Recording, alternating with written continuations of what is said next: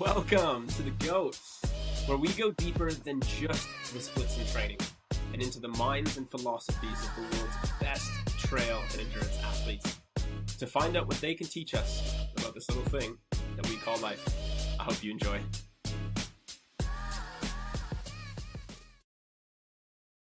And welcome, guys. This is podcast 0, the first of hopefully many amazing stories that I'm going to be able to share with you over time of great people, not just the elites of races, but of people with just amazing stories who've truly accomplished a lot. Because one thing I've learned in my life is that, accomplishment, success is not just the people winning, right? Accomplishment and success is relative to the individual, right?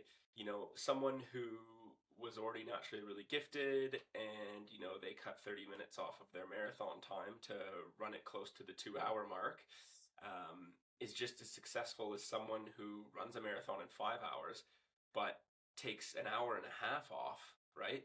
And, is now running the marathons in 3:30. Like, in one way you could look at it and say, well, isn't that person even more successful? Look at how much they've accomplished, right?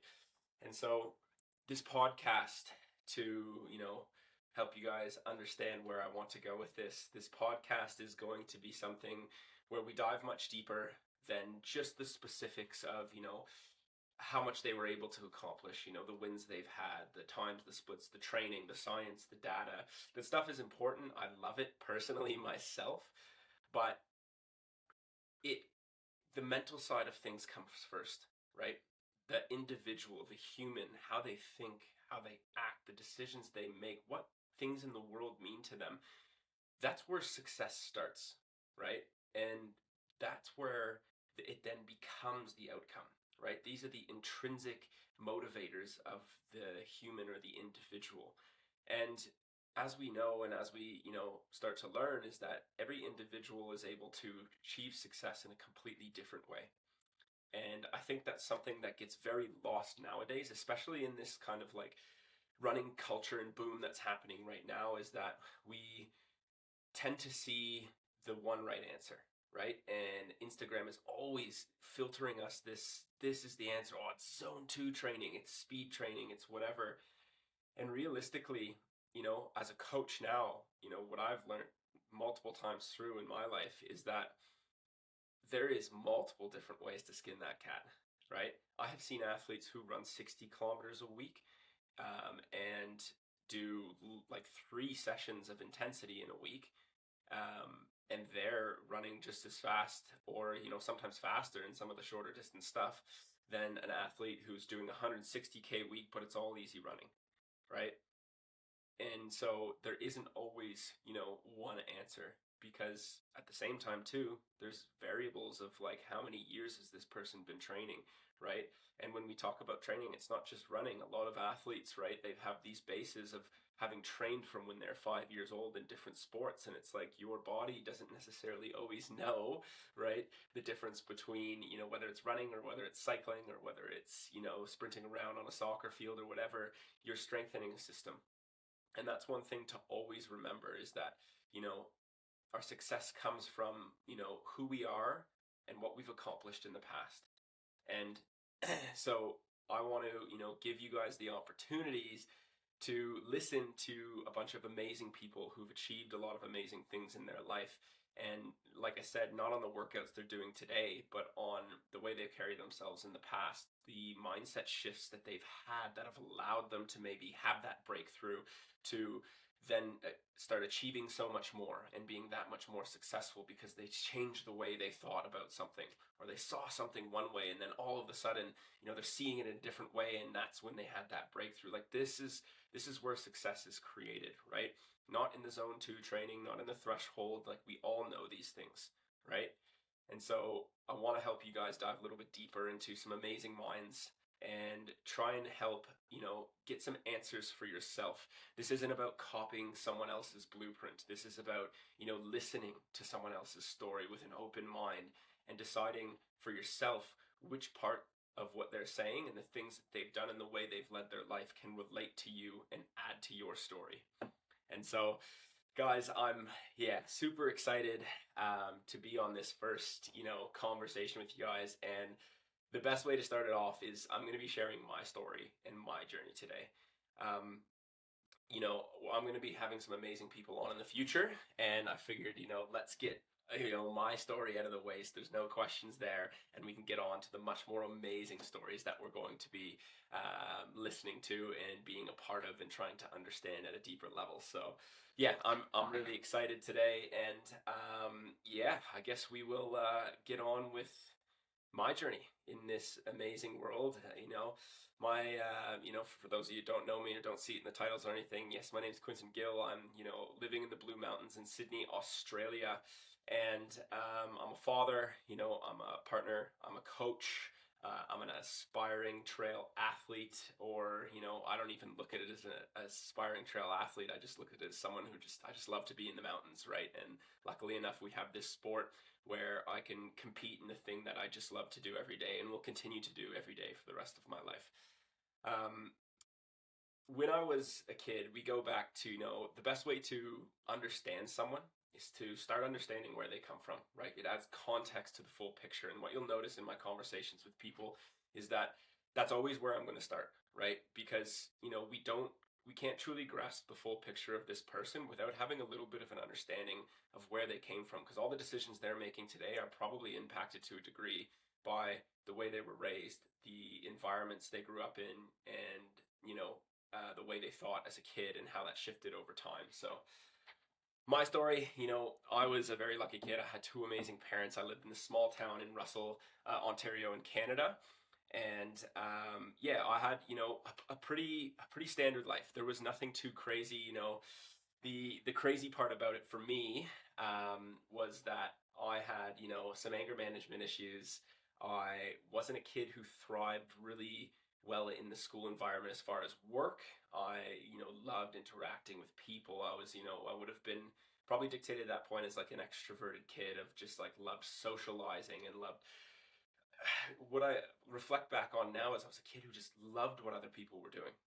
I was always really intrigued by the jokes or the things or the way people acted and the things they did. And this was something that, I'd find myself copying a lot of the times, right? And this is pretty typical, child behavior at times. It's just like, interacting with people and liking the way they speak or do things and always trying to, maybe copy it or, make it your own or whatever it is. And so, yeah, I grew up in this town called Russell, and I was I guess, naturally very inclined to sport right away.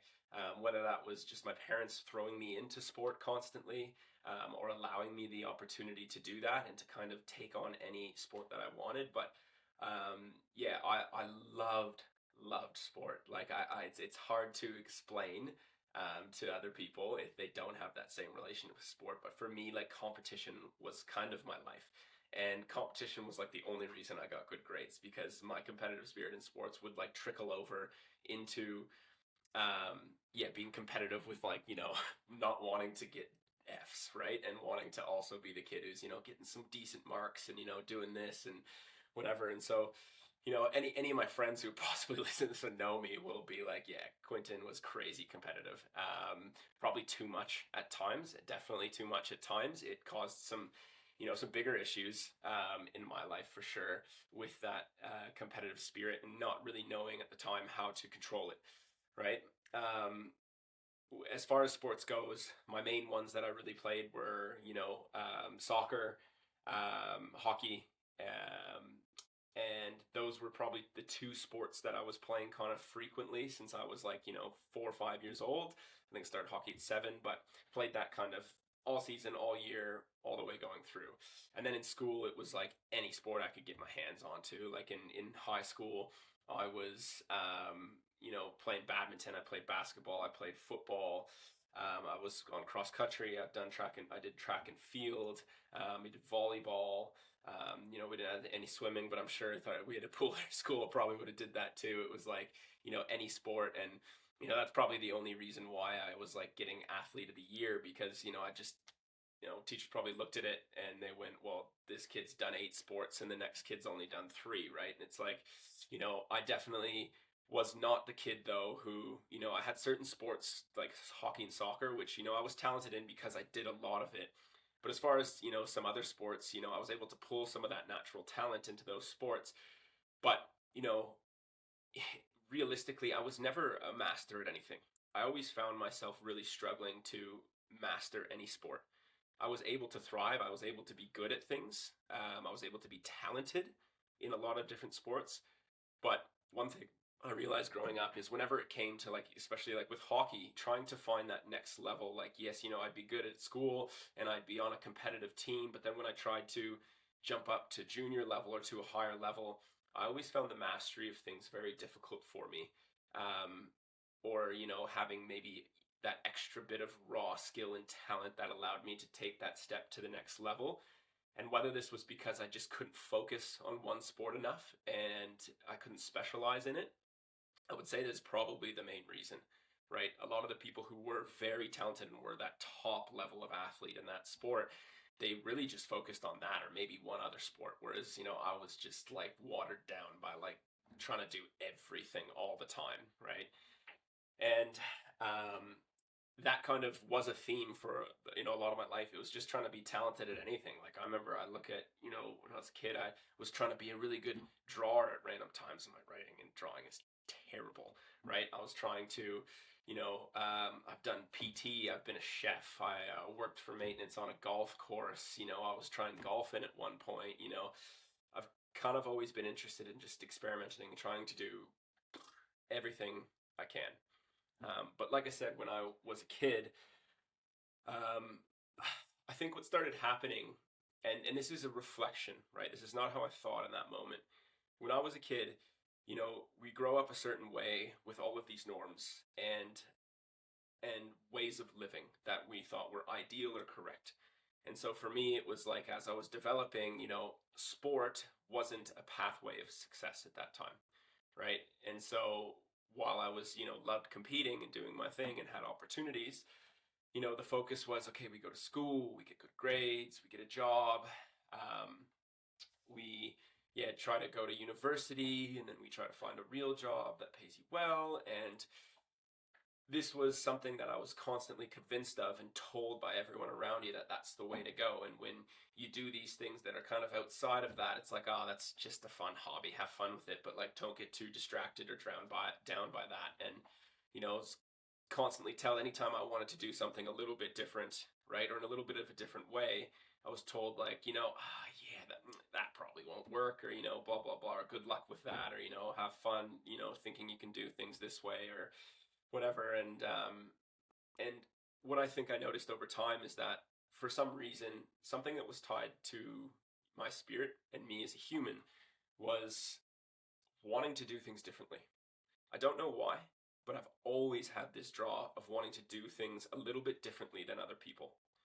And I think that's why I did so many sports and wanted to compete, is because what I saw a lot in the world is that there was a lot of this idea or mentality around like, oh, well, I'm not going to train for that because, that's a lot of work, or, other people in my grade aren't doing that. So like, I'm not going to do it. But I was always very drawn of like, the people who aren't doing things, that's the thing I want to do. And that got me into trouble in some things, as you could imagine. But as far as sport, I think that's what allowed me to be competitive in sport, because I was always drawn to this idea of like, well, if they aren't doing it, all I've got to do is do it and I'm going to be better, right? And that was the mentality I had as a kid, right? It's very, as a kid, there's no deep level thinking. For me, it was like, hey, you know, people aren't playing 4 or 5 sports. I'm gonna play all the sports, right? And automatically that's gonna put me, like ahead in life or something in to some degree, right? And so that's what I did. I just play them all, right? I do them all. Oh, they don't want to go and shoot hoops for an hour in the gym. I'm gonna go shoot hoops in the gym for an hour. Do you know what I mean? That was, I don't know, that was my mentality, and it's actually stayed a lot like this, even to this point. That's always been something that's deep rooted in me. I remember looking at something that was called like human design, which is a little bit more like, astrology based. And one of my purpose in life was actually defiance, but defiance in the way of like pushing human norms in order to find ways that are going to add more value to people's life, right? So always kind of like pushing the boundaries and pushing the limits in order to eventually hopefully find the things that do actually truly add value and do test what we know as a norm, because norms are always changing over time, right? Things that were normal 30 years ago, as we know, are completely different now, right? And so that is something that I've always like found as a big value of myself, is how can I push norms in a way that I can help people look at something a little bit differently, shift a mindset to help add value to their life. And I think that was the journey I was on as a kid, and turning into a teenager and starting into coaching and doing PT, all before, through uni and stuff like that. I was always really intrigued at helping people try to make a shift in their mind. Was I always good at it? Definitely not. um, but it's something I was always had value in, so it's something I just kept doing. And eventually I've gotten to a point now where I am a coach for trail runners and athletes. And part of my job as a coach now is to help people make mindset shifts, right? Like I can give the best training in the world, but if someone doesn't believe that they're a runner or believe that they can be a good runner, well, then that zone two or that threshold doesn't mean shit, right? And that's the reality of it. And that's a big thing I've learned in coaching. Like, is trying to help people believe that they are athletes, they are training for a purpose, that this purpose is something that has value in their life, and that is worth achieving and worth pushing for. And just because you're not winning doesn't mean that it's not valuable or it's not a big part of your life that you should put time and dedication into every single day. So these are the reflections and things that I kind of learned as a kid. And when we go now to like my teacher years, right? I'm at that phase now in my life where I was, um, you know, I kind of stopped sport to a degree. I started doing some obstacle course racing, because I wasn't doing all of these sports anymore. When I left high school and got into uni, I was doing a little bit of sport, but then I found this thing called obstacle course racing. And I was about 21. 21? Yeah, 21, something like that. 21, 22. And this is when I really started running. I did cross country and athletics in high school, but realistically, it wasn't until the university years when I found obstacle course racing that I started training for it, right? Put like waking up in the morning, doing the 5 kilometer runs, whatever it is. And I love this sport because it fit my personality, right? There was Spartan racing or obstacle course racing. You had to run, but you had to like jump over things. You had to climb under things. You had to carry heavy stuff. You had to use your grip strength to climb across things. And so for me, it fit my persona of like, hey, I'm not perfect at one sport, but I'm pretty good at a lot. Let's just dive into this. And, I had a great couple years training for that, in this way of like, you're doing a little bit of running, but you're also doing a lot of strength. So I was training, in the gym 4 to 5 times per week, right? Some HIIT, some, heavier weight resistance, that kind of stuff. A lot of HIIT work though, high intensity interval training and endurance style training, where you're doing, for example, like, burpee broad jumps, or you're doing, like clean and presses, and then into, burpees, and then into like a 1 kilometer run, and, just mixing all these modalities just to get a decent base of fitness. And the Spartan years, were amazing. But this was a time for me where I had kind of my first breakthrough. When I was teaching, I was out in Australia at this point, and I was, yeah, full-time teaching because, you go to uni, got my teaching diploma, I was ticking all these boxes, and I'm like, this is what's going to make me happy in life, right? This is what's going to fill my cup, is tick all these boxes, get my teaching, get my degrees, I'm going to get that job, it's going to be awesome. And I was teaching, and I love teaching. I have a great time teaching. I enjoy being there, interacting with the kids, having fun. I was a PE teacher. I got to have so much fun with the kids. It was awesome. But there was still something missing, right? I don't know if anyone listening has experienced that before, but, I loved it and I enjoyed it, and I had no issue waking up to do it in the morning. And I knew that I was on the right path, but it wasn't quite the thing yet, right? Because it didn't, really fill the cup to the brim. And one thing I just ended up doing this process is with obstacle course races, I started, running in the mountains. right? This is where, and this is like, we're looking at when I was like 23, 24. So we're looking at about 8, 9 years ago. Um, this is when I started, running in the mountains. And I was living in Australia, and for Spartan races, you had to train at elevation. You had to be climbing and descending, and so I had to start training in the mountains to get good at this sport. And that's where I just started to fall in love with that environment. Being up on the mountains was like is a feeling that I really can't explain. It made everything else, and the best way I can explain it is when I would go out on a run and I would, you know, get to the top of a summit. When I came back to school, it made everything easier. It was like the rest of my life just became easy. Knowing that I got up at 5 a.m., I climbed in that time, it was the Blackdown Tablelands in Blackwater, Australia. I would get to the top of that mountain, I'd come back down. This is solo, me on my own, and the rest of everything was easy. I hadn't had any interaction with people. I hadn't connected with anyone. At that point, it was like 7:30, 8 o'clock in the morning. I'd finished a good run. I came down. I've eaten some breakfast, and it was like the day was felt done to me. It felt like I had just achieved so much, and I felt so good.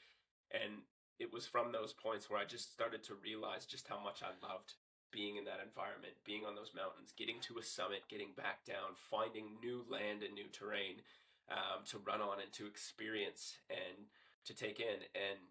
And that was kind of it for me. It was like from there I knew that was kind of my thing, right? That was the thing that just, yeah, filled that cup. And it was that feeling of like I could do that and I could not do anything else in the day, and I've had a fantastic day, right? And that was the first time in my life that I experienced that. But it was funny, right? Because you're experiencing this thing where you're like, you're almost at that point where like this is happiness, right? Like I found it. And there's so many other things that are supposed to in life take this bigger priority, right? And that was the thing that I was always struggling with in life, is like I had these things that I enjoyed, but they were never the priority. And so I started thinking to myself, and this is where I'm like, well, this is the thing that makes me happy. How do I make that the priority, right? And I would say like, oh no, running's a priority in my life. And I remember at the time people like, you can't, like not being rude, but like some people would just say, oh, well, you gotta have a school, you gotta think of taxes, think of a house and all these things. And I was like, well, I don't really want to think of those things because this is the thing that makes me happy, right? It's not that I ignore those things, you gotta be responsible, but then the focus from there, and this was like I said, 8 years ago or so, when I was working as a teacher, and I was a couple of years in, and so now I'm like, okay, question in my head is, how do I do this full time, right? And the first answer I thought to myself was, all right, well, I'm going to go professional, right? I'm going to train my butt off, I'm going to be the best. And then I started thinking, I'm like, still got to be responsible, right? Still got to make some decisions that are going to, make sure that you're not, you're bumming off the streets because you've just gone full in on this and it didn't quite pan out. So I started asking my questions of like, well, how can I make this change in this transition very natural, right? And so it wasn't about forcing things. It was about, cool, well, the first thing I'm going to start doing is maybe, I'll take my teaching and I'll start putting it into athletes, right? Can be a coach, right? And so I started, working on my own training was first off, right? You can't help someone else until you can properly help yourself. And so it was about, okay, well, how can I actually make myself a good runner? Because Spartan, while I was having fun in that, it was starting to fade and drizzle off a little bit. And I was starting to just really love, the mountains. And so the question in my head was, okay, how do I make this a reality? And how do I do it in a way that is not going to make me just stop working? So yes, I started working on myself, right? And I started not only working on myself mentally, but understanding more about who I am and the decisions I make, and thinking about, what the decisions I'm making in my life, like, are they healthy decisions that are going to help me and push me towards my goals? Or are they decisions that are just going to keep me going down a path that doesn't make me as happy as I could be?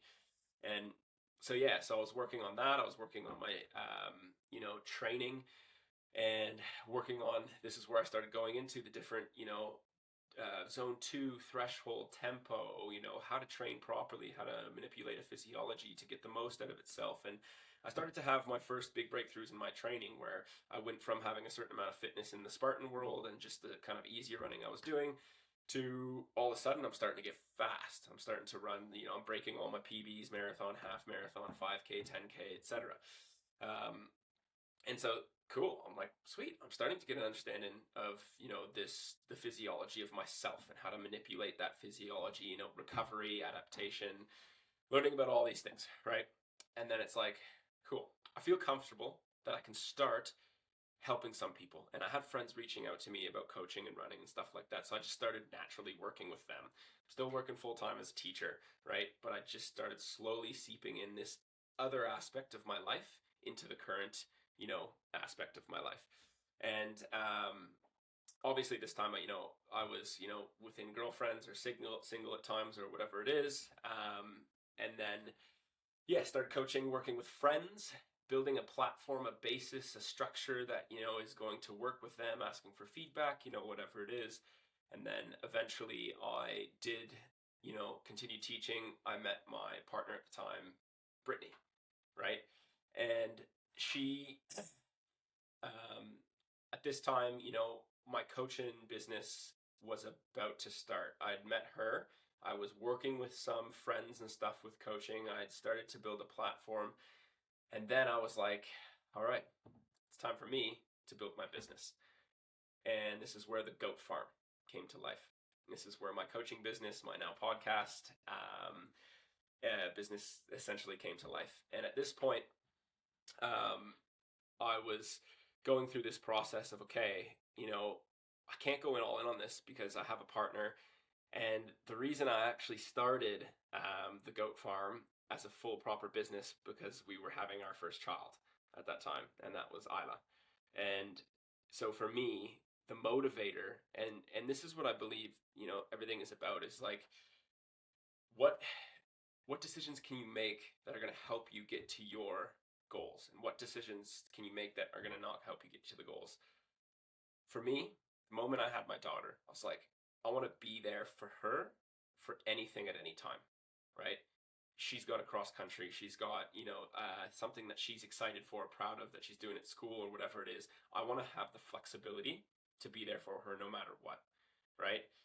And so for me, it was like, well, I need to have my own business, right? I need to have something that is going to give me that flexibility to be there for her all the time. And so when we knew she was born, I was like, boom, I'm starting my business. For me, it was like, there's no point in wasting time trying to do other things or become the perfect coach or do whatever. I was like, I just have to start. And that's the biggest advice I could give to anyone. If you're truly inspired by something, or truly something makes you super happy and is your thing, just start. It's like, when I started, I had like 3 athletes. There was like pretty much no income coming from it, and it was taking up a lot of time, like a decent amount of time. Like, not a lot, because I'm still prioritizing my daughter and my partner and my training and other things like that.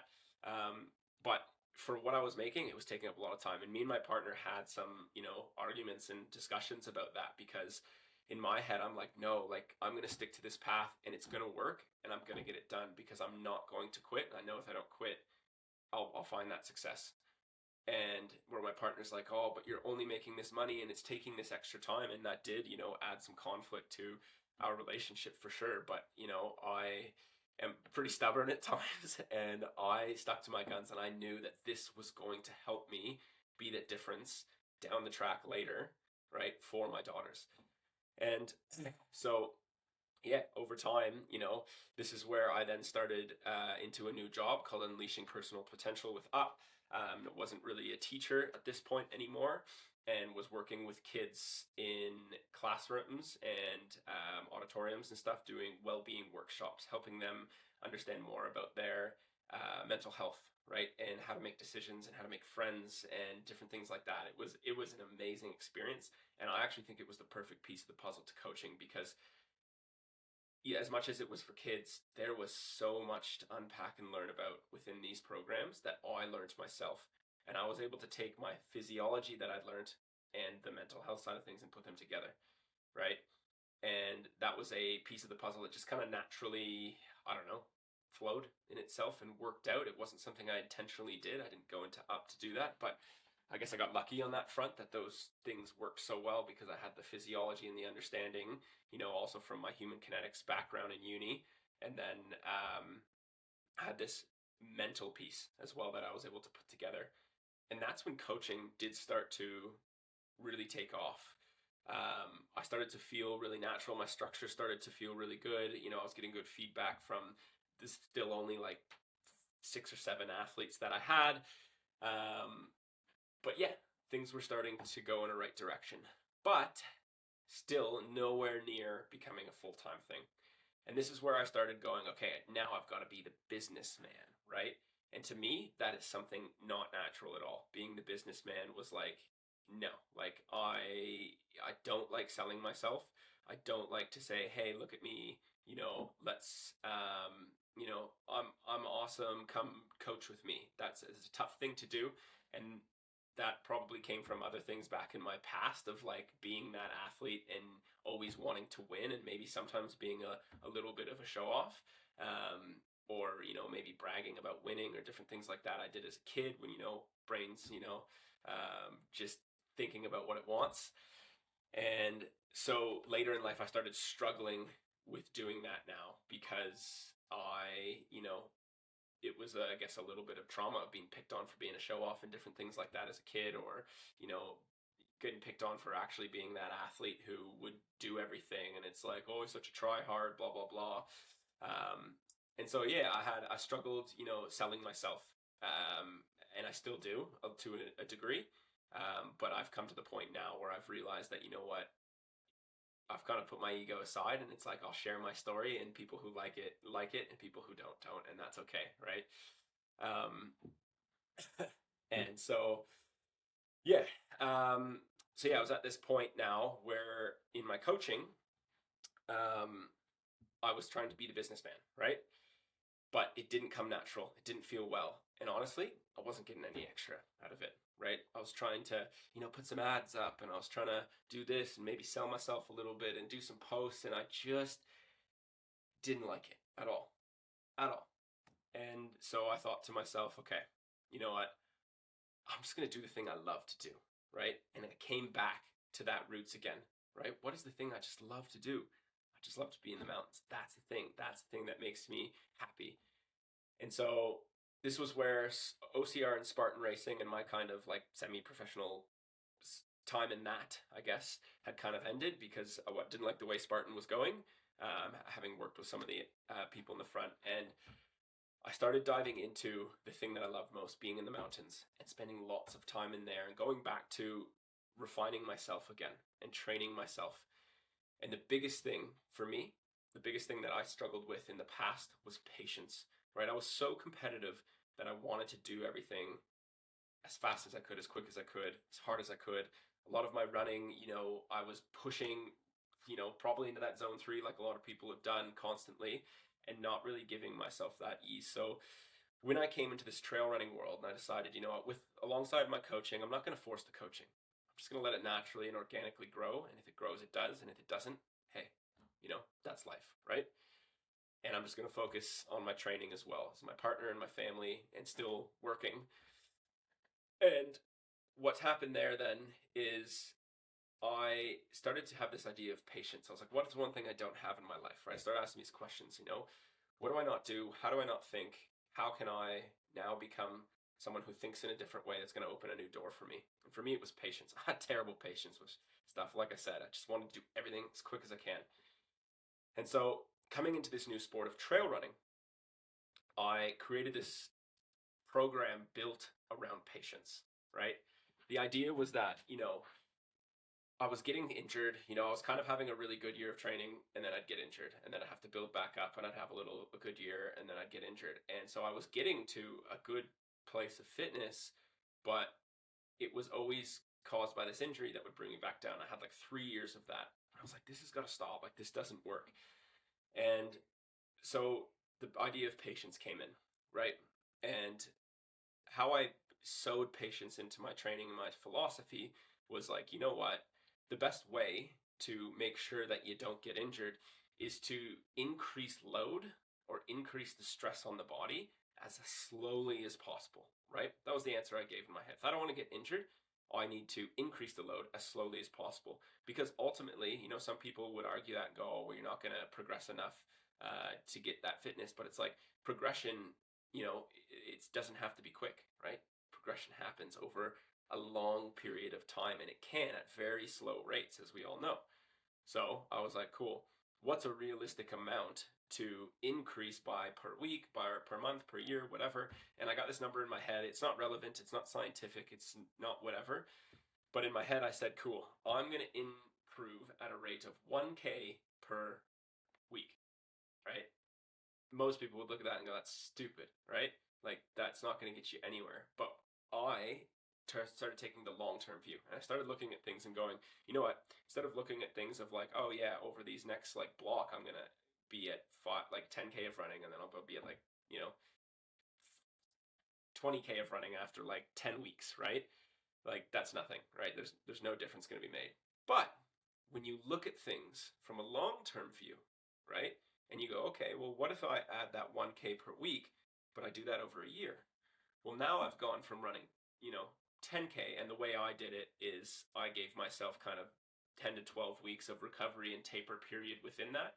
So it was almost like 40 weeks was my year of proper training, and I gave myself some leeway of about 10 to 12 weeks of that build. So it was like the goal from that year was to go from 10K of running, and my fitness was much more above 10K of running after that injury. But I was like, I'm going to take a fresh start. Started from 10K of running, and the goal was to build up to 50K and have a 50K race at the end of that year. Because I'm doing this ultra thing, I was like, you know, there's no point of trying to, you know, be the 100K or the miler athlete right away, right? I had the fitness to probably do so, but I was like, let's enjoy the whole journey, right? So first year, 50K, 10K to 50K by the end of the year. And I started off literally just adding 1K a week. Like it was as simple as that, right? Started at 10K, you know, did I think like 2 5K runs. Next week, I did like a 5K and a 6K. Week after that, I did like 2 6Ks, right? Week after that, I think did a 6 and a 7, etc. And I kept going. Eventually to 3 runs, to 4 runs, to 5 runs as it kind of, you know, the runs got long enough. And it was pretty much all easy running at that point. I think by the end of the year, I added you know, a speed session in, getting closer to the end, and I did my 50K, right? And so at this point, right, my whole mindset is just be patient. And what I was telling myself in this process was like, you've got a goal, you've got a plan, and you've got time. Just follow it. Don't worry about trying to get to that 50K as fit as you possibly can. Just get there with the plan that you've set for yourself, right? And make sure you hit it. And that was the other big thing is I had to then make sure I hit it though every single week, which I did. Eventually it got to a point where adding 1 kilometer per week was annoying, right? And so what I started doing is I would spend, to give myself some flexibility too, I would spend 10 weeks within a solid block. So I think I went up 1K till I got till 20. So it was like 10 weeks. I was adding 1K at a time. And then I was like, cool. For 10 weeks, I'm just going to sit at 10 to or 20 to 30K of running volume, doing some strength, some other things, rest of life going on, yada, yada, right? All feeling good. Body's taking this on no probably, right? No problem, sorry. And that was the big thing that was happening, right? As I was noticing, it was like, you know, you're building, cool. I spent 10 weeks at 20 to 30. I spent 10 weeks at 30 to 40Ks, and that gave me some flexibility. So, you know, some weeks I wanted to run with a friend and run some extra Ks. I would, run a couple extra kilometers. I might get 39K the week after that. Feel a little bit tired. I missed one run, did 32Ks, right? But I'd stay in that kind of ballpark. 40 to 50Ks, and then I had my last block at that 50Ks, right, for the race.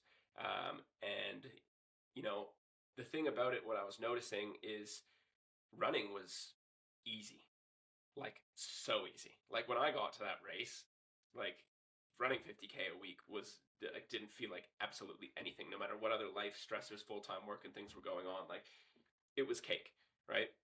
And that's where I started to feel the magic of what was happening in this adaptation. because then the next year it was like, cool, well, I'm at 50K, take, after that, the 50K race that I did, which was a coastal high. I think I finished like fifth or sixth or something like that. And I had a pretty decent race. Like I ran like 5 hours and 5 minutes for the 50K, 2,000 meters vert. I was really happy with that. Body was still pretty cooked because my longest runs were like, yeah, maybe 20K to 25K kind of thing. At that time too, actually. Yeah, anyways, had that race, and then it was going on to the next year. And my coaching in the background was still a couple athletes, nothing too crazy. Still having to work full time because, yeah, it's just, it was pretty much just coaching. It was like, felt like a hobby at that point, but it was my business. I was trying to improve. I was still putting extra time into it. And I was just, that was my routine. Those were my days: training, coaching, family, work, right? Friends here and there. And yeah, so doing that, still just, relentless on the training, focusing. I've got my goal. So the next one was 50 to 90, right? And so it was this mindset of, cool, I had a pretty good race. I was happy with that race, Could I have trained more and been better? 100% for sure. But I was happy with it. I had a good day out, it was a tough race. Legs were hurt at the end. I had, pace came right off in the last 10K, but I got through it. It's cool with that. Then it was the next step. I was like, okay, I'm going to it. And this whole time, all I'm thinking is like, just keep going, right? You set the plan, you're enjoying it, training is feeling easy, keep going. And so, yeah, the next step was going from 50 to about 90 kind of K. That's where I want to be, 80, 90 kind of K by the end of that next year. I had the 100K planned at Causey, and my mindset and my goal was simple. I wanted to be close to running 100K weeks, and I wanted to have at least 3,000 meters of vert under my belt by that point, right? Not right away, but by that point. And so all I was doing was that same thing. It's okay, cool. This first block, once I was recovered, 50 to 60K, 10 weeks, 60 to 70, 10K, 70 to 80, 10K, 80 to 90, 10 weeks, sorry, 10K, what am I saying? I'm losing my mind. 10 weeks at each of those, right? So then I got to the last little block, did I think I did 3 weeks or at 100K or close to 100K, like hardly. I actually think I only did about 1 week or 2 weeks over 100K, and those were my recce weeks for Causey. And you go into this race, right? And like we said, it's talking about the mental side of things. Something that I think helped me so much in this process is I didn't care at all about the results. They weren't even important to me. For me, it was this process. That was my entire goal. And it was proving myself that I could do this and I could make this. And so going into the race, all I was thinking was like, cool, I would love to be able to run 10 hours in that 100K, right? And yes, this is a little bit time focused, but this is the mental process that I was going through is I'm going to essentially run all of my long runs. And I did this from that last 50K that I did all the way to the 100Ks. Like I want to be able to run this 100K to a 6-minute average pace. So about that, it's like 10 hours for 100K. And so I did every single long run, week after week after week after week after week after week, under or at about a 6-minute average pace. And the long runs built up. So I started with 10K, right, of my long run. And 6-minute pace with 300 meters of vert, or 10K, for my fitness, right, was realistic and easy, right? At 30, 40, 50K at that pace, that's a hard session for me at that time. But over time, 11K, 12K, 13, 14, 15, 16, 17, 18, 19, 20, just kept building over that year, over those 40 weeks of training or whatever going into it. Eventually 30K at 6-minute pace just became easy, right? Most of my long runs were about, 3 hours, 30K, 900 meters of vert, similar to the profile of Causey. And running that 6-minute pace was just comfortable, easy, conversational, and that was just because I mentally made sure that I was being specific in my training every week, but not specific to the point of over cooking yourself and doing something too hard, because at first it wasn't easy, and it stayed easy because of how long I gave my body the time to adapt while doing other training and some speed work and stuff in between. And then I got to, Causey, and I was able to have my most fulfilled performance ever. And not just because of the result, right? Like, the result was the cherry on top of it. Um, but like, my body executed the race exactly the way I wanted to execute the race. And going into that race, into Causey, I had no inkling of winning that race at all. There was nothing in me that was like, yeah, I'm going to come here to, one of the biggest trail races in Australia and win it, right? I was going into that race and thinking, you know what? Oh, if I could get in like a top 10, that would be cool. Fifth, sixth place, something like that. That'd be awesome. But like, I just want to hit these paces and run this race. And because that was the whole process that I built my head around, right?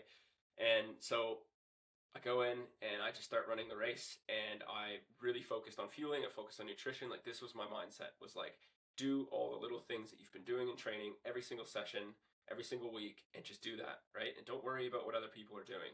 We started that race in that Causey 100K, and the reason I'm talking about this race is this was a major breakthrough for me in my career, in my training, in everything, right? And so I'm explaining the mindset through this that allowed me to have that breakthrough. But that mindset was of, no one else around me mattered at all, right? I was running my race 100%.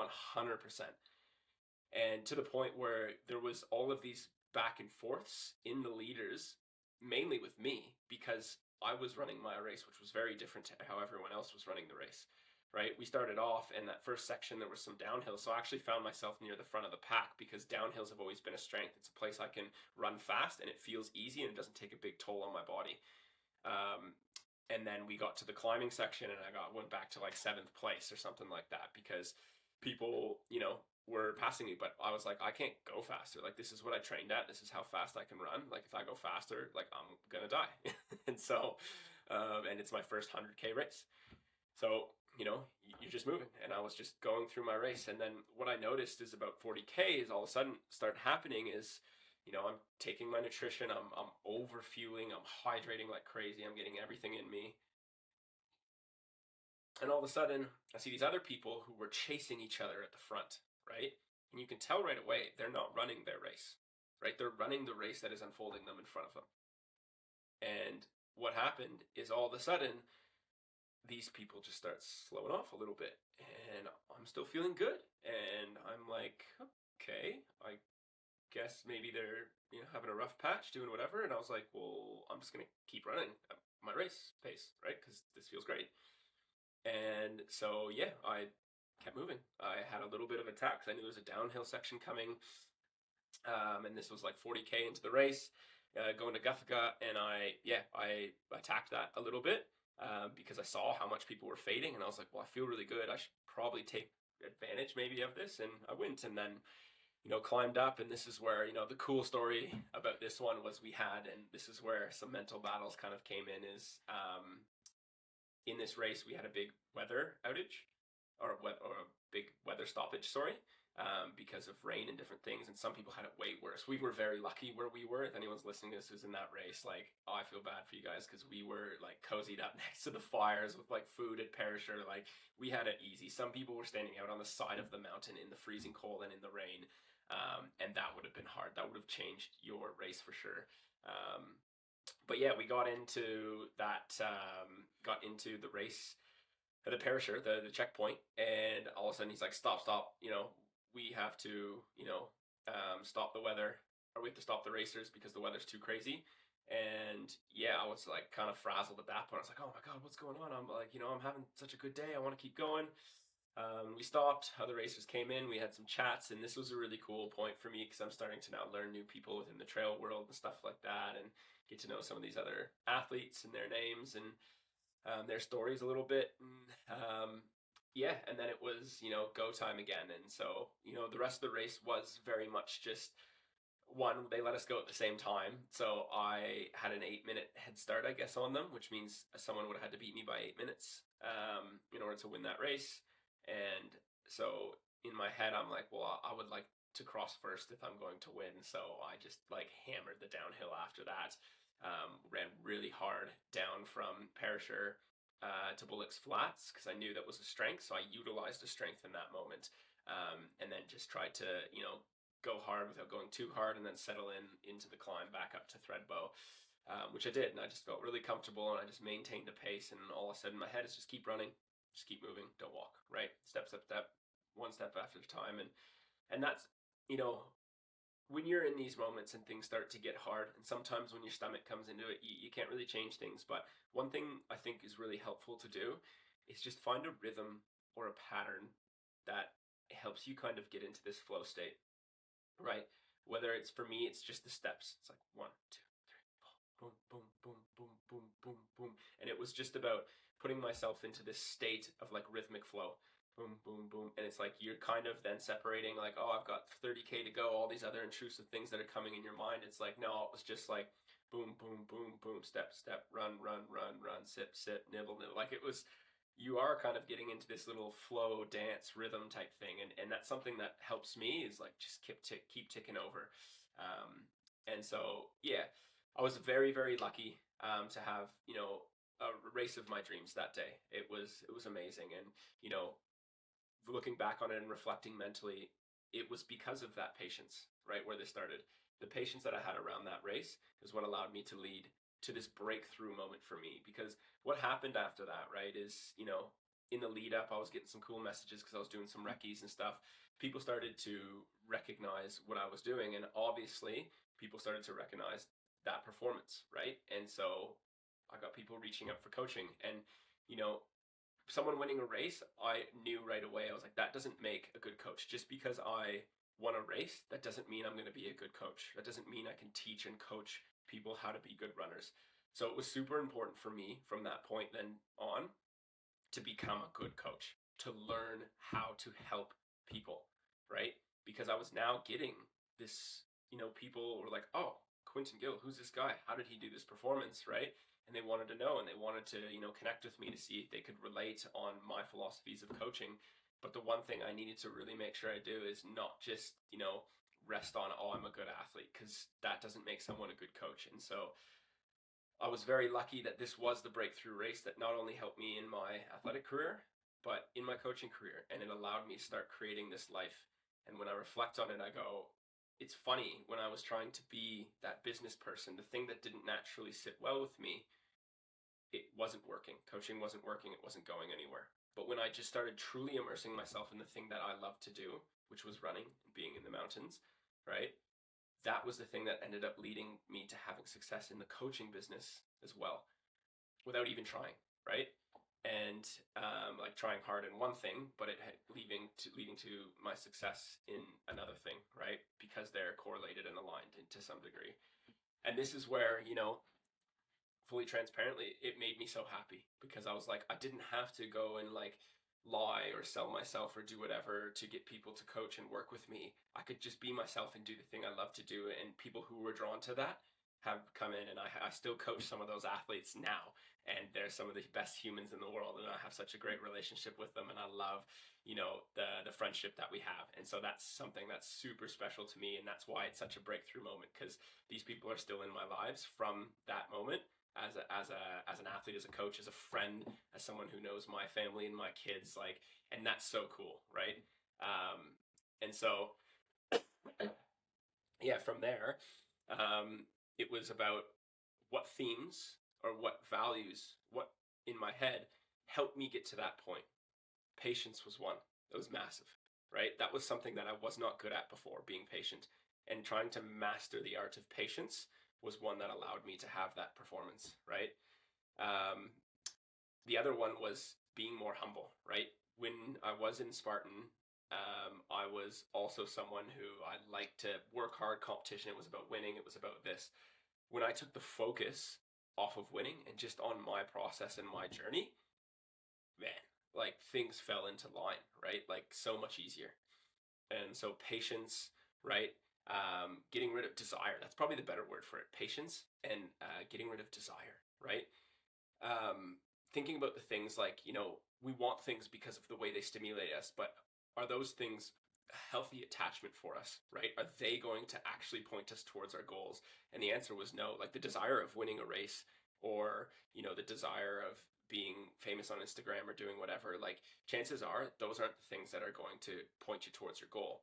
But the desire to, you know, be able to run through the mountains and have it feel easy, right? Or the desire to wake up every morning and do something for yourself, right? Because running makes you feel happy. Like those are the things, desiring those things was what allowed me to lead to that goal, because I came in healthy, happy to that race, and not trying to win or run anyone else's races, but just doing my own thing. And so that those two things, not giving in to those desires that aren't the best thing for your goal or the thing you're trying to achieve, and then patience, right? And so for me, it was like, cool, let's try and take those into my next year, right? Because these are things that have helped me so much. Take them into my coaching, into the way I, coach my athletes. And it's funny, and this got reinforced this next year. This is now going into 2025, which was last year, which was one of another really successful year for me, and a really amazing year full of happiness and joy. 2024 was amazing, because we also had, my second daughter in that time too. So that's why that Hounslow, or that Causey race, sorry, Causey 100K felt so special, right? And apologize that I'm not going too into the specific of the races. Like I don't, I want to focus more on where the success came from mentally, not so much on the specifics of 100K and the vert and all these things, right? But if you do have any questions, always reach out. I can clarify anything that you were confused about if I sped through things too quickly. And these ideas of patience and desire played through again for me. So I went to a race called Buffalo Stampede at the start of 2025, and I'm going to be completely honest, I let a little bit of the limelight from the 100K get to me, because I went into that race and it was a little bit of a tune-up race for UTA, which was my main goal in May. But I did let a little bit of that limelight and that pressure now of like, people think I'm a top athlete, they're expecting me to perform, get to me in that race. And I started to compete again in that race. And I went, you know what? For anyone who knows the Buffalo Stampede, there's a 1,000-meter descent off the start of the race, pretty much up to the first 7K. And I just went like balls to the wall. Like, I probably still had a little bit more in me, because I went hammered it to catch Mikey Demuentes, who's like a elite level athlete and far above my skill level at that time. And I was able to catch him like 19K into the race at the bottom of that climb. And then I kind of slowed down and paced with him for a little bit, and that was a terrible decision, right? And so this competition mind took over. And of course, what happened? I didn't have my best race at all, right? Because I kind of threw aside that patience and that taking away the desire. I got rid of those values in that race a little bit, and I was impatient in my running, and I tried to speed down the hill, and I wanted the desire to maybe win this, and I had a bad race, right? I was still happy with it. I had a good day, a great atmosphere. Buffalo Stampede is an awesome race. Anyone who hasn't done it, you should go do it. Go Joe Dorf, well done. Yeah, and so I had a bad race. And so that reassured me that those things, those values, those mental values that I was holding on to are so valuable to me, and I need to hold on to those. And so these next races, it was about doing that exact same thing. I went to the UTA Miler, same thing, was patient, and wasn't trying to win, but was just trying to do my race. But there's another aspect here where it reinforces these ideas even more. That year, so how we said I was building up to the 100K in that second year, that third year, my idea was, cool, I'm going to the miler at the end of the year. And for me, in my head, the numbers I had done based off training and physiology is like, you know what, if I can be comfortably running 120K weeks, so going from about 80 to 120 by the end of that year of 2025 last year, then that should be a pretty good place to be prepared for a miler. That's the kind of idea I had in my head, with whatever, 4 to 5,000 meters vert, something like that, just slowly progressing. But I got impatient, right? And I changed the race, which was supposed to be at the end of the year, Chiang Mai, to UTA miler, right? And that lack of patience, what happened is I didn't get as much of that year to build into the race. So when I was supposed to be running in, like, I can't remember when Chiang Mai is, somewhere at the end, December, something like that, I ended up having to run it in May, right? The miler. And so I only had half the year to build up to it. And so when I got to that race, I had this weird thing in my head of like, this feels right. And the reason I made the change was because I wanted to, it was a major and it was in my backyard. And so rather than traveling all the way to Chiang Mai, I wanted to do that. So I was like, let's just do it, get it done with. You know, I'm pretty fit. I should be all right. But I had this thing in my head of like, I just don't think I'm going to be ready for that last 40K. And maybe I manifested this or put this into my own brain or whatever somehow. But sure enough, at 100 and yeah, about 140K, my legs came off completely, like injury wise. Like my tendons just weren't prepared. Um, and they were cooked. Yeah, and I couldn't run the last 20K, and I lost like an hour to an hour and a half probably off my finishing time because of it. Probably about an hour, yeah, off my finishing time because of it. And I look at that and I go, that's another aspect of where patience didn't help me, because I'm pretty confident that if I would have extended that training to the back of the year and just continued building, being patient, that I would have had tendons and joints prepared for that 160K. But because I pushed it up, I had a body that probably wasn't quite prepared for that distance just yet. And so I suffered the consequences, right, in the back half of the race. And that's where, yeah, patience didn't help me there. I was still very happy for my first miler. On that day, I was stoked with my performance. I could not have been happier. But I saw that bit of patience that could have made me have a slightly better day, right? Is having my plan to do it at the end of the year and sticking to that and being patient with it. Um, so yeah, and then the same thing, and then to reinforce this even more, I went into Hounslow Classic, which is the one of the happiest races in my backyard where I train, and I had the race of my life to date so far, because I wasn't going. I held those values so closely to my heart. It was just a training race. I was just going out there to train, right? It was just another day out in the forest, doing the thing I love to do, and maybe doing it a little bit faster, right? And that was it. I wasn't competing with anyone. I didn't have a desire to win. I just wanted to run the race I knew I was capable of and that I had trained for, and everything came together, really well for me in that race. And so that's to not drag you guys on too long, and there's lots of other things in someone's life that we could go into, but I wanted to try and give you guys a little bit of insight as to the flow of where my success came from, and then you know the dark side now comes, right? Of currently, right now, sitting here, I am now about 10 months off of like full time running because of a sacral stress fracture that happened in my last race of 2025 last year, the Blackall 100. I was doing everything right, and I truly believe that. I'm confident by that going into the race. But I guess again, I got too excited or too impatient after the Hounslow race. And I probably didn't recover from that race because it's a high impact, high load. It's a lot of toll on the body. And I don't think I took that next week to 2 weeks properly. And I went like straight back into the running because my body felt so good. My energy levels were high. And so in my head, as training and as a coach, I was like, hey, my energy levels are high. I don't feel broken down at all. I don't feel tired. I'm obviously responded really well and have recovered from this. And based on the training I was doing, it made sense. But I don't think I was mechanically recovered. I think aerobically, energy wise, I was very recovered from it. But what we forget about, and this is an important thing for everyone, I think, to think about constantly, is you can't always assess just how mechanically recovered you are from these events. And so I think it's very important to give yourself more time after these races, because you need that time for your tissues, right? Your tendons, your bones, those kind of things. Even if they don't hurt, there's damage in there that's happened, and you need time for those things to recover.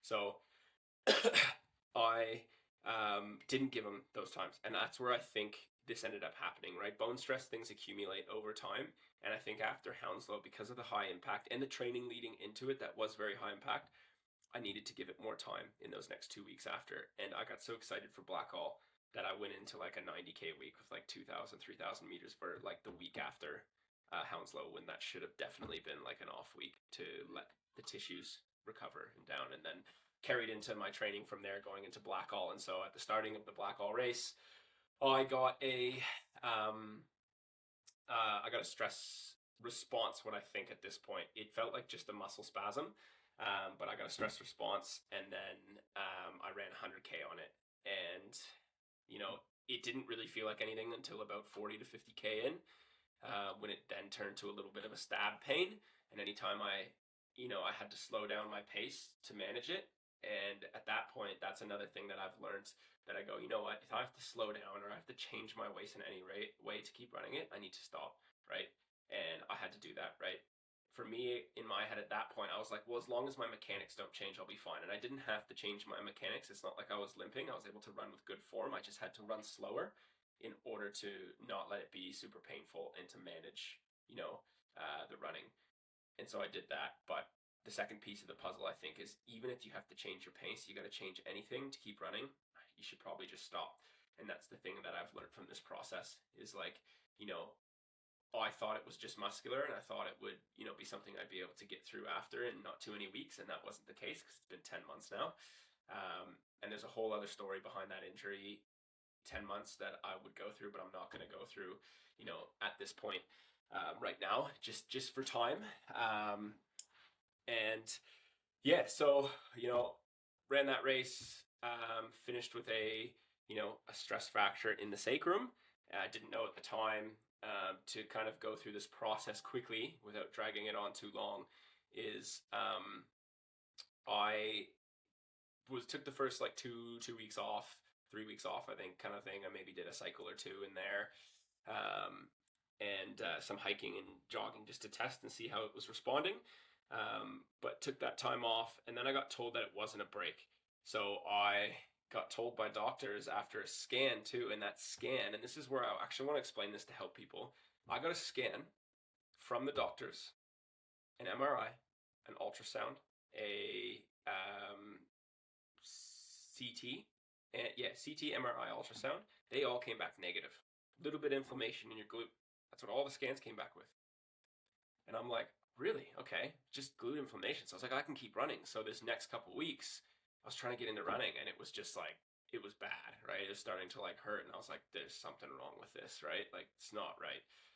Went to a sports doctor, and the they gave me the MRI referral, but they said, hey, don't go to any of these places. Go to these specific places. And sure enough, I went to those places he pointed out. Full blown stress fracture through the sacrum, and none of the other reports showed that. And so you got to be weary with things, right? Work with a sports doctor, someone. If you are an athlete, you are training, and this is everyone. Like you're training to become better at something. You're an athlete, right? Try and find yourself a good sports doc, because one thing is like the MRIs end up becoming reduced, or you don't have to pay for the MRIs if you have a specialist, right? The specialist will cost more money for sure, but it's definitely worth it. That's the one thing I've noticed, is rather than just going to the GP and them not really knowing who to refer you to, or who are the people who actually do good MRIs and scans and things. Get yourself a sports doc, and pay the little bit extra for them, but I think it's a very valuable thing to be spending on for your health too, right? Because it screwed me over out of 2 months of recovery, because by the time I saw the sports doc and got in with him, he's like, there's been no healing happened here, right? And that was 2 months in, and that was because I got told that I could run and train on it. So I did that block of training, and that it screwed it up even more, probably. Who knows? um, and so yeah, from there, so that's like now 8 months away. And through this process too, another thing is, and this is one I want to help you guys with, is I think in the sport culture right now, I think there's this little bit of, stress fractures. Like, you got to load them, you got to keep them going, you got to do whatever, to get through them. You can't just like not do anything and give yourself rest. And I don't know why that's happening, but I'm starting to hear that too from a lot of people saying, oh, you got to keep loading it, you got to keep doing this. And to a degree, I understand that they are correct, right? Like, there is a spiral of detraining that can happen when you offload something. But ultimately, what that's doing is it's putting these aspirations into athletes. And I'm seeing this firsthand as a coach, that they can train through it all, right? That's essentially the message that they're getting, is that they can train through it all. And so, and I experienced it too now, is that doctors like, hey, yeah, like, do all the cycling you want, right? Like, just don't run on it. I was like, okay, sweet. Like, do 30, 60 minutes a day. And it was not helping it at all. It was definitely slowing the process. My sacrum was healing. Every scan we went back, it was a little bit more healed, but there was discomforts. It was, still hurting at certain times. And I could feel it, 45 minutes into a cycle. And so I would stop or I would modify, but then, I'd keep going because it would feel good. And I think I was just slowing the process because, was given this hope or this faith that I could train and it would be better. And what I think I needed was, a block of just like 2 months, 3 months of pretty much nothing. Like, you could maybe go in and do some swimming with a pool boy or something like that. And so that was really hard because I've stopped now. And instantly, the pains, the sensations, everything that I felt like just wouldn't quite go away is almost gone. And you feel silly, right? Like, I feel silly now, like even saying this, but it's like, it's transparent, it's what happened, right? I probably could have, after that first block of 2 months where it's like, you can't do anything in that situation because you've been kind of lied to by the MRIs and stuff, is taken like 3 months off, right? Right there, boom, done. Fully off, upper body only. But I was told I could do some cycling and things like that, so I did. And I don't think, I could be wrong, maybe it would have healed at the same rate. Maybe it would have healed slower. Who knows? But I think when these things happen, you just got to take that time off, and that can be hard for athletes who love being out there, right, and who are running every day, and it's part of their daily habit, like myself. But one thing I've learned from this is to just, with it, come again, gotta be patient, right? I'm not old. I've got lots of years left of doing this. The main goal is to get back to doing the thing that I love doing. It's not about the races. It's not about trying to get back in the circuit to do these stuff. Like, who cares, right? I love that. I want that to be part of my life again. But like, I just ultimately want to get back. And so even me in this process, I have, let my desires, right, to train and to, still compete and to keep my fitness kind of overshadow what I probably should have really been doing at times, right? It's not to say like I wasn't fully training through this whole thing, but if you look through some of my training weeks in this block, like I was still putting in some decent hours, and that's why there is maybe a catch 22 to this as well, because when I did run a couple weeks ago, it was feeling really good, and I was at the point where I could almost run like a pretty decent hard 5K and not, really feel anything.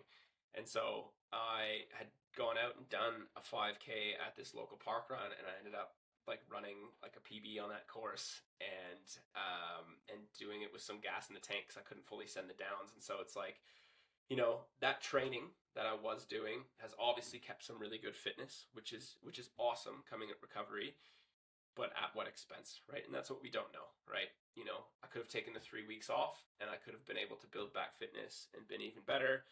Or, yeah, or maybe, you do need to train a little bit and, it keeps some fitness. And that way, when I'm coming back into it and when it does fully heal now, after I'm, really now just giving it that time off, that, yeah, that maybe, I'd be in a good spot because I haven't lost as much fitness. So, you can't go back and regret things. There was some hard times, and I'd be lying to say that there wasn't hard times, because there was. It's something I love to do so much every single morning is get up, be in that routine. Another big thing that I've really missed, and I noticed that actually last week, was connecting with some of the people I've met here in Blackheath on Thursday mornings. We'd have this Thursday morning like fartlek session where I just pick some sessions and we'd go and we'd run some, have some fun. And I'm realizing too how much I'm missing that component, just connecting with those guys and girls and hanging out with them in the mornings, because I did one last week. I just went out and did a little bit of jogging around with them, and just chatting with them was amazing, right? And so, another component I would say, guys, is for your mental health, is like, have some aspect of social connection within your running, right? Like, have a once a week where you go to like a track session or something like that, or maybe you have your weekly long run with a friend that you do or something. Have some sort of social aspect to it every single week, because I think that's a really valuable thing, and it helps you look forward to that through your weeks for sure. But yeah, on that note, guys, that's kind of the dark side of things. It was a tough time. but I'm getting through it now. And I'm still doing things that keep me happy, keep me moving, and that's all I can do. The one thing I did say through this whole process is that, you know, the goal isn't necessarily right to get back as fast as I can. Like I would love to, and I want to be able to be at full capacity as quick as I can. But the ultimate goal is to just continue being outside and doing things that I enjoy doing, right? And it's not, obviously running is the favorite form of doing that. But the one goal I had through this whole process was like, keep showing up for yourself every single morning, right? Like keep doing it. Even though you are injured, it's like there's always something else you can be doing that might not be the full effect of what you love, but it's going to be a portion of it, right? So I was, hiking. There was a stint where I did 4 weeks, where I just hiked every morning this one little section of stairs, right? I did that every single morning, and it was good, and it wasn't deterring my injury and stuff. And even now when I'm saying I'm not doing anything, I'm swimming with a pool boy every day, and jumping in the sauna, right? But I'm not using my lower body for anything anymore. Like, got rid of the strength in the lower body, so it's like, you know, I'm still doing something every day, and that was the one thing I said in this whole process. Was that no matter what happens, I'm just gonna keep doing something every day for myself, because it's what makes me happy. It's what adds value. It's what allows me to show up and be positive, for my daughters, for my partners, and stuff like that. Like there was a couple periods in this phase where I thought, you know what, no, I'm just gonna not do anything, and I was negative, and I was trying not to be, because it's like, you don't want to be that for your partner, but it was really hard, to stay really positive and not have that same outlet or that same thing you're doing every day. So just having that one little thing, and some mornings it's just a walk with my daughters, right? Like, and that's another thing I can give back to them too, right? Is like, it'll just be about getting up, going for a 30-minute walk with my daughters, taking them on the trails, playing zombies or doing whatever. And it's like, yes, it's not the, 30 to 40 minutes of running I would have liked to do, but it's still something, and do something every day to keep the habit. And so, yeah, so that's where I'm at right now. That probably wraps it up. If you guys have any other questions about anything that we've covered at this point, feel free to send them through. The last thing, though, that I will do is go through a couple questions, and I'll pick some ones that I maybe haven't answered, because there's a couple people who sent through some questions here, and so we'll go through them. So one of the questions, where does the motivation and commitment come from to train like you do? And I've kind of already answered this, but honestly, it's having that thing for myself that makes me happy, and just doing that every day, right? It's something that I can look forward to. It adds value, and it was something that was really massive when I was doing a job like teaching, where I enjoyed it, but some days felt really long. That running was crucial, right? It was a huge aspect that I needed to do every day to show up my best for the kids, right? Now it's about doing that to show up the best for my partners, because I love my job of coaching. I love creating new structures and talking to athletes and helping them on their journeys. Like, I really do love it, and I'm super blessed to be in that position now to work with them. And so, yeah, the commitment now is, luckily, I just get to, you know, do that, and it's just a part of my life. It's not really motivation anymore. It was at one point, though, for sure. For sure, at one point, I had to dig up the motivation to train every day. But I think now, over time, because of how long I've just been embedding that into my life, I really don't feel like I have to motivate myself or commit to anything. I just like to get out there and be in the bush for a long time, or even some days ride on the bike for a long time. It's maybe a little bit part of who I am, and going back to that idea of like, I like to do things that other people aren't doing, and that makes me feel fulfilled in a weird, selfish way. Biggest learnings from starting your journey to now. I mean, we've gone through a lot of those, but those big ones were the patience, right? And identifying what are healthy desires and what are unhealthy desires, right? What are the desires that are going to push you towards your goal, and what are the desires that, when you think about them, they're probably not the healthiest for you, and they're not going to set you up for success. Another question: mindset hacks you love/use a lot. Mindset hacks I use a lot. For me, it's about finding ease in what I'm doing. The biggest mindset hack that I use, and a lot of my athletes would probably hear me say this to them a bunch, is, but Trying to run in a way where it feels easy, right? But not easy in the way of like, super slow, hardly even putting any effort. But I'm trying to always find that way of like, this feels efficient. It feels like I'm moving well, but it feels easy. It feels like I can just get into that, flow state and completely just zen out and feel really good about it. Like, I think about that when I'm running, any zone one, zone two, that's my thought process in there, right? Is how can I just move at a rate that still feels successful, feels like I'm getting a lot of the session, but it feels easy, it feels comfortable, it feels cruisy. I feel motivated after, not broken down, right? Whereas you have the harder sessions where, yeah, you feel good after, but you feel maybe a little bit broken down because they're tough sessions. But that's how it should be. That's the balance between the easy and the hard that should flow through your weeks, right? If all of them are feeling like they're stressing you and they're taking too much out of you, it's too much, right? You need those days of pure ease. And if you can run a little bit quicker with that ease, that just might mean your central nervous system is intact and working well, and that you're absorbing that little bit of higher intensity well. Whereas, some days you might have to go really easy because even, the easy yesterday feels a little bit harder today because of stress or other things going on in your life. So, yeah, that's the mental hack that I use probably all the time, right? Is just get into that like flow state and make it feel easy. And when you're doing that, it always feels like you're doing good things for your performance. Um, who's been your biggest inspirations in the field of trail running? Biggest inspirations of the field trail running. Well, I think that's what's exciting about this podcast is these next couple episodes. I'm actually bringing some of my inspirations on to chat. And these would be like my local inspirations, the people who around me that I've experienced, that I've maybe trained with, or that I've been able to like see their training or to see the way they talk to people or interact with the world. Those are the people that we're going to be interviewing. And so if you're excited, or these people, which some of you probably do, some of the people coming on is Liam McKenzie, one of my good friends, and he's been an inspiration for me because he's always motivated and pushed me. Billy Curtis is another one. We've really only hung out a couple times, but he's a great guy, and I love his outlook on running and the way he carries himself through the sport. And the reason I like it is because he's gaining a lot of success out of the way he does it, and he's becoming like a really great athlete because of the way he's doing it. And I think it aligns really well with the way that I see the sport too. Michael Dunstan's another one in this area. When I first came to the Blue Mountains and I was inspired to really dive into this trail running thing, Dunstan, the way he carries himself, mainly with like his friends and the people around him and stuff, is very inspiring, and he carries that into his running as well. So I'll be excited to hopefully have a chat with him soon.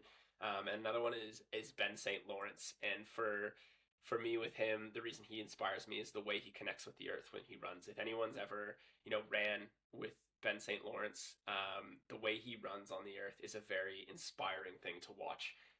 And he's been a little bit of a mentor. Like he helped me, into UTK 100, the Sokazi 100. He helped me at the miler, and now he's helping me navigate some of these tough moments within the injury and stuff. And so he's an absolute legend. Big shout out to Ben St. Lawrence and the run crew team too. They're absolute legends over there. I've been able to go do some sessions with some of the people in the mountains and stuff, and they're all great human beings, and it's awesome to be a part of that circle as well. And yeah, so those are the people that I'm going to have on the podcast very soon to go through their stories and their way of thinking and viewing the world and what allowed them to get to where they are because of those decisions and the way they see things. So yeah, those are my inspirations. Here's another good one. Why do you let Liam run alone? Friends don't let friends run alone. This came from a guy who actually is a pretty cool story. One of the athletes that I was coaching and helping was gone over to New Zealand, and he was actually skiing, and he was filming this guy running on up the mountain. And he's like, man, like how cool is this guy running on his skis up the mountain kind of thing. And then he's like, I think I know that person. I think that might be Liam. And then he went and met him, and sure enough, it's one of my best friends, Liam, was going to be on episode number 1. He was running up the mountain, and so he connected with them, and so I think that's why he asked that question. They don't let friends run alone, and I wish I was running with him more over there because he's living in a beautiful part of the world. Another question was UTK this year. You know what? I will be back at UTK at some point. Um, whether it's this year, I don't know. They have given me an entry. I won't say which distance, but I don't think so this year. If my body turned around and miraculously got me to a point, that I could run, I would like to go do a shorter distance maybe, because it is a place that I hold a lot of value, and I would love to just be able to be the first race that I get back out and run on again. Um, but yeah, at this point, probably not. I'm a very strong believer of, like, don't run when you're ready, not run because of a race, right? Like, I have races, I try to sign up for them, but I'm the first person to, like, can a race. Like, oh, my body's not ready, I'm not going to do that race. There's no point. Because, I'm not training for these races specifically. Yeah, some of the training is modified towards them to help you excel in the races, but my training is for my own personal growth and development as a person, as an athlete. So, you know, the race is exciting, they're fun, but I'm not going to sign up for a race just to sign up for a race, right? I'm going to make sure that it's one that I'm ready for, and that I'm not going to, do damage to my body and not allow me to do the thing I love to do after that. How have you learned your methods of training? Trial or error, theory based? Definitely a mix of both, right? Like, I'm huge on trial and error. I'm a very experimental person, as some of my athletes may know too. I need to test everything. I need to do it all, and so, like, this period's been actually really good, because I've been redesigning a whole strength structures for my athletes, and so I've been in the gym doing strength like a little hermit, and just been testing everything. So a lot of trial and error through myself, and then that trial and error pulls over into my athletes. Once I feel like I've built something that I think works for me, then it's about, okay, how does this work for the athlete, and then how can we modify it to work for different people, because everyone is going to respond differently to certain things. So trying to create a framework, of how I can modify things for people pretty seamlessly. Um, and then the theory is the fun side of things, where it's like you get to learn new things that you get to then put into trial and error. So for me, it's like, reading books. I've got like a list of books up here that I've been kind of going through. Some are old concepts that I'm refreshing on. Some are, new things that I'm trying to learn more about to, put into my own training philosophies or coaching. But yeah, theory is awesome. Like, it's where you get the first spark of inspiration, I believe, a lot of the times. Just through hearing a new theory, and those theories, right, can come from people too. And that's the idea of this, right? Theories and philosophies are things that you can learn from books, but you can learn from people too, right? And it's the first piece of inspiration. So I love hearing theories and philosophies of people, hence this podcast and what we're going to be doing, because that gives you that spark of inspiration to then trial it yourself and see if it's something that works for you, or see if it's something that doesn't work for you. Um, what are you most excited for in your return? Most excited for in my return is, funny enough, being able to train fully again. I'm really excited at where I built my body to, and the capacities and things I was able to handle. And I was really excited. I'm really excited to see where I can take that to next. So, yeah, there's some cool races that I'm excited for, but mainly I'm excited to see, where I can progress my body next once I get back there. And what changes I'm going to have to make in my training in order to do that properly and healthy. Um, what will be the toughest part of your return? How will you manage it? Um, Toughest part of my return. I mean, in these situations, you look at the toughest part of your return as not having the fitness. But I'm really excited for that. Like, I'm really excited for that build again and that progression of fitness. That's a very exciting, part of training for me. And so I'm excited to get that fitness back and feel those feelings of, like, I can feel my body getting stronger and faster again, and those kind of things. Um, and so I think the hardest part about it will just be having to make my races realistic again, right? Like, not get too excited about jumping into races right away, and about, really, setting these events, up so that they're going to facilitate my training really well, and that they're not going to hinder it, right? And just make me drop back into a hole, get re-injured, or, go into it with not the fitness that I probably should have, going into that race. Um, And then next question: do you miss Canada? Do you see yourself ever moving back? Yes, I miss Canada deeply. And a goal dream for me at some point would be to have an investment property here in an Airbnb or something that we could come back to and then try living in Canada for a couple years. But I think it would be hard to like completely cut those ties with Australia because I have built such a great network of people here and we love it up here in the Blue Mountains.